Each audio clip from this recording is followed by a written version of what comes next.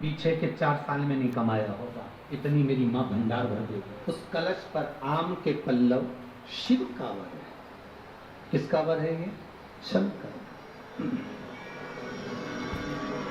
11 आम के जो पत्ते जिस डाली में लगे होते हैं, वो डाली कोमल सी डाली, 11 टुकड़े महाराज एक कच्चे सूत से लपेटकर 11 बार उसका भाग, जब उसको लपेट लोगे इस तरह से इकट्ठा करके, आगे का जो भाग है 11 बार कच्चा सूत लपेटने के बाद जो भाग पीछे का आगे का कोई भी हो, उसको शहद में डुबाकर शिव जी को समर्पित कर दो। किस जगह पर रखना है? अशोक सुंदरी वाली जगह। अशोक सुंदरी की जगह जानते हो आप लोग? पहले भी आपको बताया है, आज फिर आपको वर्णन कर दूं। जैसे ये गोल जलाधारी, ये शिवलिंग रखा है, ये 2 जहां से पानी बह रहा है बाबा के चरणारविंद, राइट में श्री गणेश जी का स्थान, लेफ्ट में कार्तिकेय का स्थान, बीच में अशोक सुंदरी की जगह। शंकर भगवान की 6 लड़कियां, भगवान शंकर के 13 बच्चे, 13 बच्चों में से 6 लड़कियां, उस 6 लड़कियों में से एक लड़की का स्थान, भगवान शंकर की एक बेटी का स्थान, अशोक सुंदरी का स्थान सामने।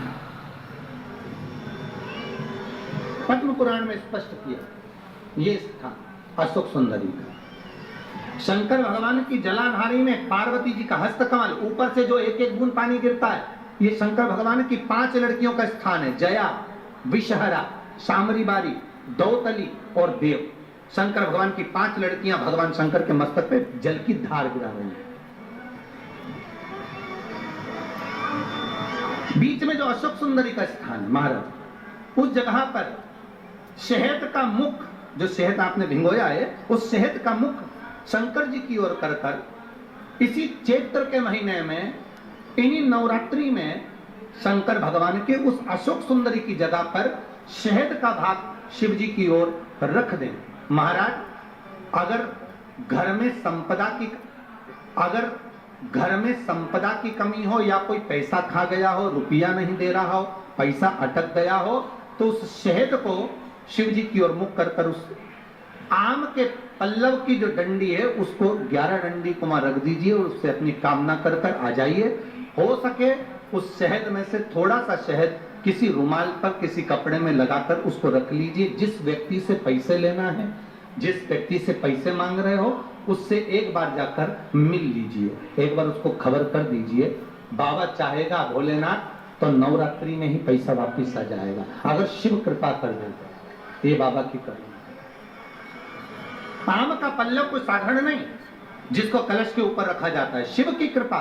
जिस आम के पेड़ पर स्वयं कामदेव चढ़कर भगवान शंकर के तीसरे नेत्र द्वारा जलकर भस्म हो जाते हैं, वो आम का पेड़ साधारण नहीं है, सहज नहीं। और वैसे भी शिव शिव है महाराज। सबसे पहले नवरात्रि का व्रत किसने किया? उत्तर दीजिए। सबसे पहला नवरात्रि का व्रत, नवरात्रि की उपासना सबसे पहले किसने करी थी? भगवान राम। अश्विन के नवरात्रि में भगवान राम ने 9 दिन तक कलश की स्थापना कर लंकाधिपति रावण को मारने के लिए मां जगत जननी की आराधना की। भगवान राम ने मां जगत जननी की आराधना, मां जगदम्बा की आराधना।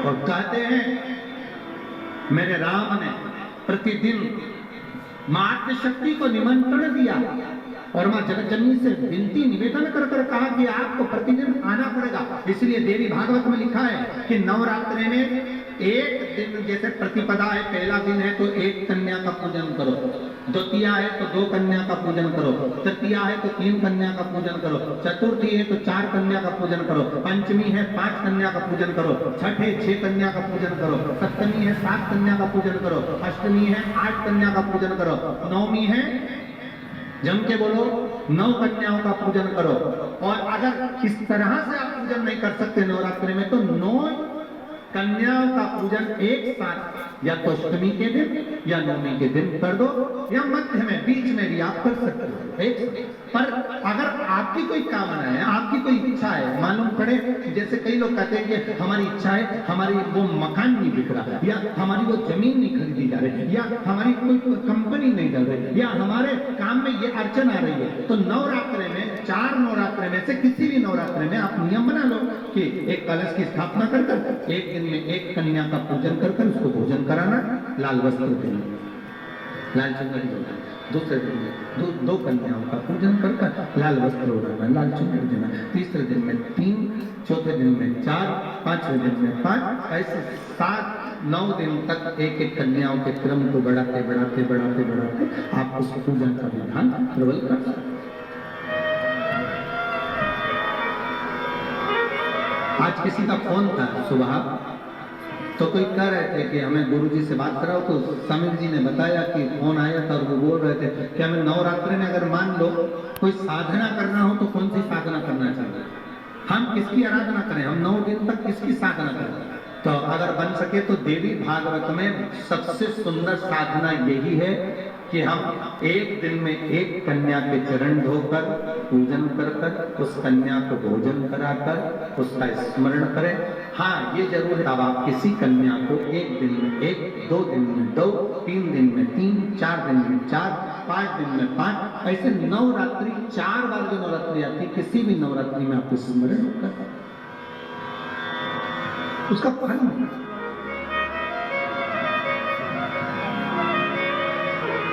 उसका फल हो